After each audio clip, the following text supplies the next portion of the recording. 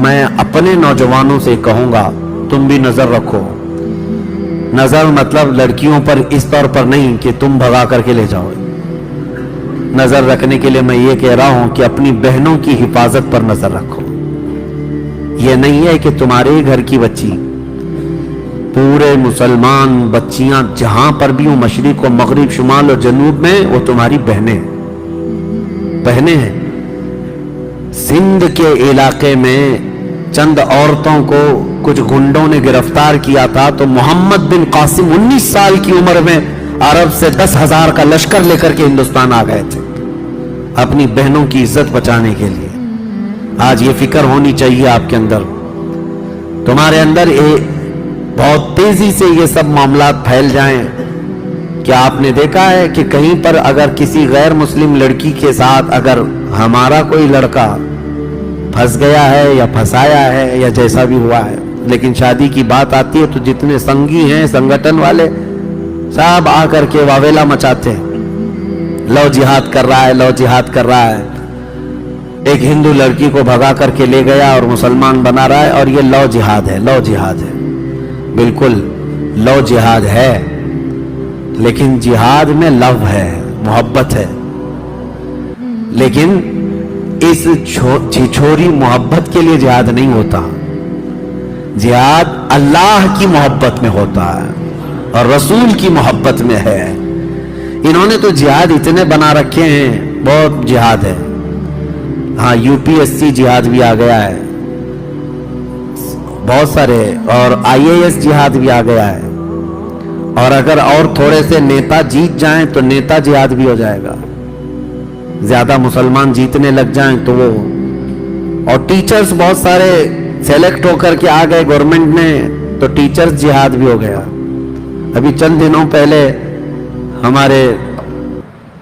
ہمارے ایک قریبی ہیں، ان کے متعلق میں سنا کہ انکم ٹیکس جہاد بھی ہے، کہ بیچارے وہ انکم ٹیکس کے اچھے ماہر ہیں، وہ CA ہیں، تو دوسرے کفار و مشرکین تانا دینے لگے یہ جو ہے نا ٹیکس جہاد بھی لائے گا. میں کہتا ہوں ان ظالموں کو جہاد اتنا یاد ہو گیا ہے کہ حقیقت میں جہاد ہو جائے گا، ان کو ایسا لگتا ہے. لیکن میں آپ سب کو یہ گزارش کرنا چاہوں گا کہ اپنی بچیوں کی حفاظت پر توجہ دیں. آج امت کا ایک بڑا مسئلہ ہے، دل دکھتا ہے، دل روتا ہے. کئی ایسے گھر ہیں جہاں سے بچیاں بھاگ کر چلی گئیں تو یہ جھوٹی محبت کے نام پر جب گئیں اس وقت ہزار سمجھا جائے، جن کے پلے نہیں پڑتا ان لڑکیوں کے، یہ ماں باپ کو بھی ٹھوکر مارتی ہیں، اپنے گھر والوں کو بھی ٹھکرا دیتی ہیں، اور ایک ایسے نوجوان کے پیچھے بھاگتی ہیں جس کو سال بھر پہلے سے جاننے لگی. 18-20 سال سے جس باپ نے خون پسینے کی کمائی سے پالا ہے اس کو ٹھوکر مار کر کے جاتی ہیں. اور ان کا انجام بھی میں نے دیکھا ہے، ایک دو نہیں، وہ بہت ساری لڑکیوں کی ایک لسٹ ہے. ان درندوں کے پیچھے بھاگ کر گئی تھی اور اس کے بعد ہوا کیا؟ جہیز کے نام پر جلایا گیا، مارا گیا، گلا گھونٹ کر کے پھینک دیا گیا، یا پھر اس کو ایسے ہی بے یارو مددگار چھوڑ دیا گیا. ہوا کیا؟ اب لڑکی کی حالت ایسی ہے کہ اپنی قوم میں بھی واپس نہیں آ سکتی، اور اس قوم نے اپنانے سے ویسے ہی انکار کر رکھا تھا. کتنی لڑکیاں ایسی ہیں میں آپ کو بتاؤں. میں دلی گیا تھا، ایک صاحب نے مجھ سے آ کر کہا تھا کئی ایسی مسلمان لڑکیاں ہیں جو شادی کے نام پر آئیں، پیار محبت کے چکر میں پھنس کر شادی تو کر لی لیکن وہ غائب ہوئی تو ان کا پتہ نہیں چلا. اور کئی لڑکیاں ایسی ہیں جن کو دبئی میں لے جا کر کے بیچا گیا ہے اور وہ طوائف کے اڈے پر کام کر رہی ہیں.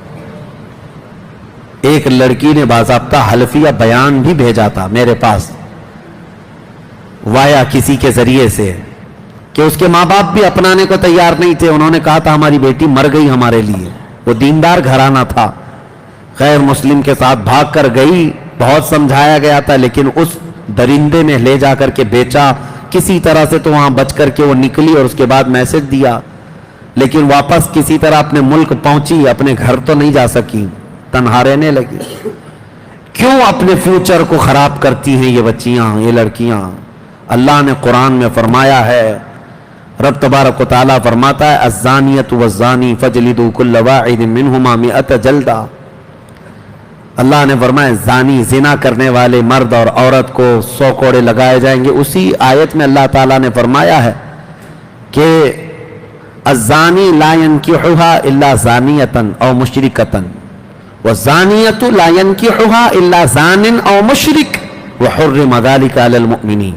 زنا کرنے والی عورت اور مشرک آدمی، یہ کسی بھی زنا کرنے والی عورت اور مشرکہ عورت مومن کے لیے جائز نہیں، اس کو ویسا ہی آدمی چاہیے. اور زنا کرنے والا مرد اور ایسا مشرک آدمی کسی عورت کے لیے نہیں ہے. اللہ نے فرمایا مومنوں کے لیے حرام ہیں گے. حرم ذلک علی المؤمنین، مومنوں کے لیے حرام ہے. اور ہماری بچیوں کو یہ کون بتائے؟ ان کو ایسا لگتا ہے یہ مولویانہ باتیں ہیں، یہ دقیق باتیں، دقیانوسی باتیں، پچھلے زمانے کی باتیں. میں یہ چاہتا ہوں نوجوانوں تمہاری بھی ایسی کمیٹیاں ہونی چاہیے کہ تم اپنی بچیوں کی حفاظت کے لیے الرٹ ہو جاؤ کہ ہم بھی اپنی بچیوں کی رکشا کریں گے اور حفاظت کریں گے انشاءاللہ. اور جو بہک گئی ہے اس تک پہنچ کر کے یا تو اس کو اسلام کے متعلق اور رسول پاک صلی اللہ تعالی علیہ وسلم کے متعلق بتا کر کے واپس لانے کی کوشش کریں. جہاں تک کوشش تم کر سکتے ہو انشاءاللہ اللہ کی مدد آئے گی انشاءاللہ. میں گیا تھا چند دنوں قبل ایم پی میں، جبل پور علاقہ ہے، وہاں کی کئی نوجوان ہیں، بہت اچھا کام کرتے رہے. مجھے بڑی خوشی ہوئی ان نوجوانوں سے. پورے شہر بھر میں یہ نوجوان اتنے ایکٹیو رہتے ہیں کہ کسی بھی گھر کی ایک بھی مسلمان بچی کو کسی غیر مرد کے ساتھ اگر دیکھ بھی لیں تو وہ ایکشن لیتے ہیں. یہ نہیں کہ مارتے پیٹتے یا کچھ کرتے ہیں، سمجھا بجھا کر کے ان کے گھر تک پہنچا دینا اور اسلام کی اچھائیاں ان کے سامنے رکھنا. ایک دو نہیں، دسیوں بچیوں نے توبہ کیا اور اپنے گھر پر موجود ہیں الحمدللہ. ہمارے ہاں ہونا چاہیے. یہ آج ایک دو سے نہیں ہوگا، سارے علماء بھی اویئرنس لائیں اور عوام بھی اور نوجوان بھی. سوشل میڈیا سے بھی آپ لوگوں کے درمیان اور لڑکیوں کے درمیان یہ اویئرنس لائیں کہ تمہارا فیوچر خطرے میں ہے. کیونکہ اب وہ پیار محبت کے چونچلے نہیں جو کالج میں ہو جایا کرتے تھے، اب تو باضابطہ یہاں پر پلاننگ کے ساتھ، انعام کے ساتھ درندوں کو چھوڑا جا رہا ہے. کتنی سنگٹنیں ایسی ہیں جو خفیہ طور پر میٹنگ کر کے ٹریننگ دے رہی ہے نوجوانوں کو سٹیپ بائی سٹیپ کہ ایک مسلمان لڑکی کو لانے کے لیے تمہیں پہلے کیا کرنا چاہیے، کس طرح سے دوستی کرنا چاہیے. کالجز میں داخلہ لو، ٹیوشن میں جاؤ، سوشل میڈیا پہ ریکویسٹ بھیجو فرینڈ کی، اس کے بعد پھر ان سے چیٹنگ اس طرح سے کرو، پھر ان کو اپنی مجبوری بتاؤ اور پھر دل کھول کر کے رکھو، محبت میں دیوانی ہو جائیں، اس کے بعد لے آ جاؤ. سال بھر کا پروسیس ہوگا اور اس پر ان کو سال بھر ایک لڑکی کے ساتھ نہیں لگایا جا رہا ہے، ایک مرد 10 لڑکیوں کے ساتھ لگایا جا رہا ہے. اور وہ یہی سب حرکتیں کرتا رہے گا اور اپنے گرو گھنٹالوں سے پیسہ بھی لیتا رہے گا. اور جب ایک دو لڑکیاں اس کے جال میں پھنس جائیں ان کو لے جائے گا. اللہ کی پناہ، ان کی عزت لوٹ کر کے ان کو کسی بھی طرح سے آوارہ چھوڑ دیا جائے گا. آپ اس قوم سے ایکسپیکٹیشن رکھتے ہیں جن کے ہاں بھید بھاؤ اتنا ہے، چھوت چھات اتنا ہے، اپنے ہی دھرم کے دوسرے برادری کا وہ تو نکاح شادی نہیں کرتے. کیا یہ بات نہیں ہے؟